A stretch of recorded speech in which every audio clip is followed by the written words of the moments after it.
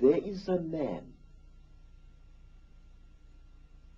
I have been investigating in a vein for over 40 years now. A man who committed acts of hideous genocide upon our people here in South Africa.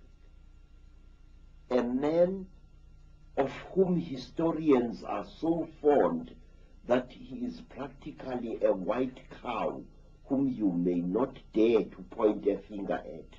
If you see me sitting in front of you, a man who was demonized over 30 years ago by the South African news media, it was because I asked questions about this white man, Sir George Grey.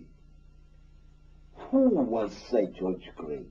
What was he? Was he a Freemason? Was he an Illuminati? How is it that this Sir George Grey, who is the actual founder of the most oppressive laws that British colonialism ever settled our people with, apartheid was laid down by Sir George Grey. The carrying of identity papers was laid down by Sir George Grey in the 1850s, in the last century. And Sir George Grey dealt our kings a mortal blow. But let me first tell you, this man was sent from London to quell a Maori rebellion in New Zealand, which had defeated the efforts of military men. The Maori were unstoppable. Their rebellion was blazing like a bushfire through New Zealand. But when George Grey was sent to New Zealand, he managed to quell this rebellion with very, very little loss of life. What did George Grey do?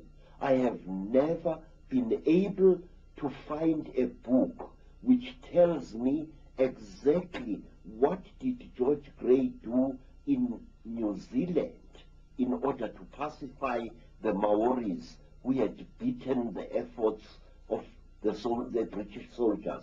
Because that same George Grey was brought from New Zealand to South Africa in order to quell a great rebellion by the Xhosa people. And George Grey used outright trickery in order to force the Xhosa people to actually destroy themselves. George Grey deliberately and cold-bloodedly tricked the Xhosa people into slaughtering their own cattle, burning their own crops. It is one of the saddest stories of our country's blood-drenched history. And almost overnight, George Grey reduced the Xhosa people of the Eastern Cape into a nation of dying skeletal starvelings. Because after George Grey had manipulated the Xhosas with raw trickery into destroying their crops, destroying their cattle, he practically had them on the plate. Hunger, raw hunger and starvation achieved what military might had failed to achieve after many, many embattled decades. George Grey was a psychologist par excellence. George Grey was a trickster who knew the native races, and he knew how to exploit their beliefs to bring about their own destruction. Let me show you what Grey did. One day, when great tension was boiling up in the Cape, and when the colonialists were threatened by yet another border war between themselves and the Xhosa people, a number of Xhosa women, amongst them a Sangoma, a priestess diviner called Nongqawuse, were tending crops when they heard voices calling out to them in the bush. Nongqawuse, because she was a spiritual person and a healer, responded to these voices.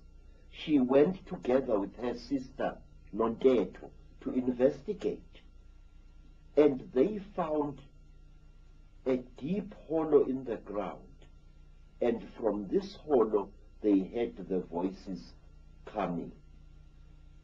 And as the women knelt next to the hollow, the three amazing figures emerged from the grass.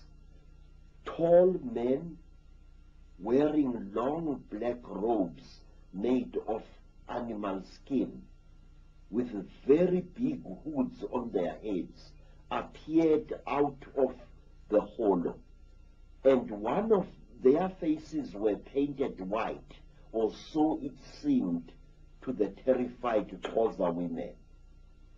And these men were unusually tall, and they told the woman Nongqawuse, whom they distinguished by her attire as a traditional healer, that she must go to the Xhosa people and tell them to start killing their cattle and start destroying their crops. Mr. Ike, I want to show you this book, a book which was published many years ago, a book written by me, and which made me one of the most hated black men in South Africa by the white establishment. In this book, I write, amongst other things, about a man called Sir George Grey.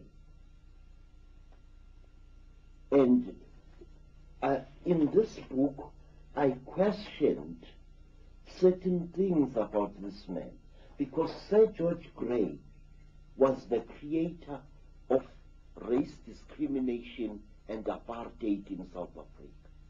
Apartheid was not really created by the Afrikaners. It was created by this man many, many years ago. Well, Sir George Grey was Illuminati, a black magician, and fits the bill exactly with what happened in all these other countries you're talking about. Say, when I raised questions in this book about Sir George Grey, I was savagely attacked by nearly every professor in various universities of South Africa. The intellectual prostitutes, yeah? Yes. The liars in ivory towers, as I call them.